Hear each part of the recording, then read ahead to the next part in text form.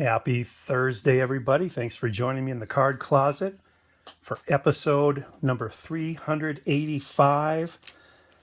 We have a guest who will look in with us tonight, the man who hit 385 career home runs, Dwight Evans. Here is his 1984 Topps card. Always liked that card with the swing on it. Not a power hit by any means, but maybe a grounder, a sharp grounder maybe for a single through the gap. Who knows? But Dwight Evans, I'm going to sit in. Main purpose of this video is a video response for MrFisherbike, Jason. Oh, Captain, my captain is what I call him. He's a captain at his local fire station. So Dead Poet Society movie reference there. Oh, Captain, my captain. Jason's putting on a contest. He wants to see our top 10 vintage baseball cards. And I tell you what, Jason, you picked a tough one. That it is so hard to narrow it down to 10. I'm using the traditional definition of vintage, so 1948 to 1980. So nothing pre-war, nothing during the war, nothing after 1981, nothing 81 or later. And I also tried to whittle out a lot of the Red Sox because I'll be honest with you, if I was going to do my top 10 vintage cards, 9 of them are going to be Red Sox. So I tried to limit the Red Sox to just a couple to get some other favorites of mine in the video. These are not in any particular order, but let's take a look at some vintage cards. This card I remember opening and getting out of a pack, and I never heard of the guy, but I loved his name. I love the photo, love the All-Star banner on it. 1979 Topps, Pete Rose. I've showed this before, but just love that photo. This was my first impression of the man, never heard of him before. And then I'm a stats guy, even, was as a kid too. I turn it over and I look at all those numbers. And wow, a stat sheet stuffer if there ever was one. Pete Rose, absolutely in my top 10. Vintage cards.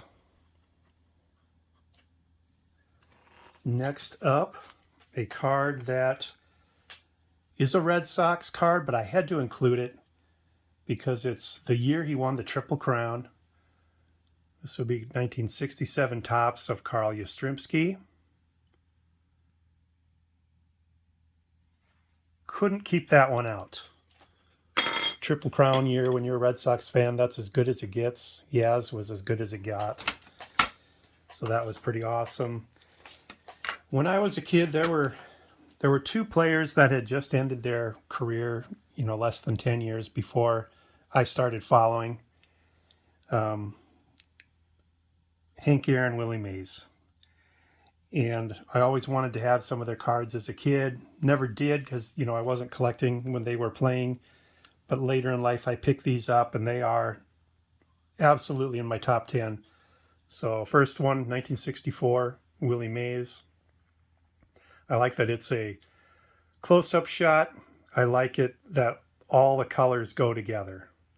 The uniform, the cap, the Giants, and the color at the bottom were around his name there. So love that card, 1964. Topps Willie Mays.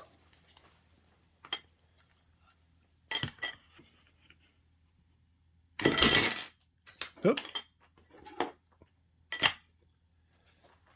And then Hank Aaron, his counterpart.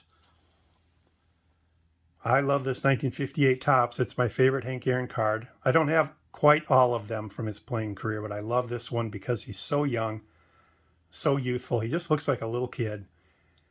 And the bright green background, Milwaukee Braves, team that doesn't exist by name anymore. Another reason I like it. So it's just kind of a throwback to an era that's gone.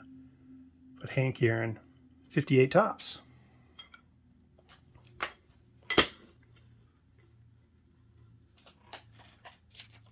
So that's the first 5. We'll go into the next 5 here. This is a card, not of a player I was ever particularly a big fan of, although he's fine. But I love the photo on this card. You know, as a Star Wars fan, I immediately think that he's searching for the droids on Tatooine here. But actually, he made a diving play at third base.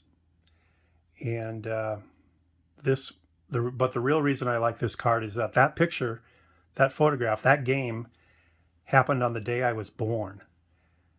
And somebody I trust tells me that this picture was actually taken in game 4, which happened on the day I was born. So such a, dare I say, iconic photo, iconic picture, and taken the day I was born, extra added bonus. So we'll put Brooks right there. Next up, you know, one of my favorite sets in that vintage era, 1957. And honestly, he's a Yankee, but this Mickey Mantle card, one of my all-time favorite cards. Just picked it up in the last year or so. You probably saw me show it when I got it. But 57 Topps Mantle, absolute legend. My first playing day card of the Mick. So that makes my top 10. 3 to go. My favorite pitcher growing up, I remember him first on maybe a little bit on the Reds, but the Mets is when his second stint with the Mets is when I really became a fan of his. And then he came to the Red Sox at the end of his career, which is totally awesome. And I picked his second year card here because of that rookie cup. Again, the cap and the sky go well together. The name Seaver and the NY on the cap, and then that rookie cup. That's what makes this my favorite Tom Seaver card. So this is 1968 Topps Tom Seaver. In the top 10. And then try as hard as I might to not duplicate a year. There's 2 cards that I just could not keep out of my top 10 favorite vintage cards. And they're both from my childhood. And I got these cards out of packs myself. These aren't my best copies of them. Those are in my set binders. But these are some doubles I have. First one. What is not to love about this card?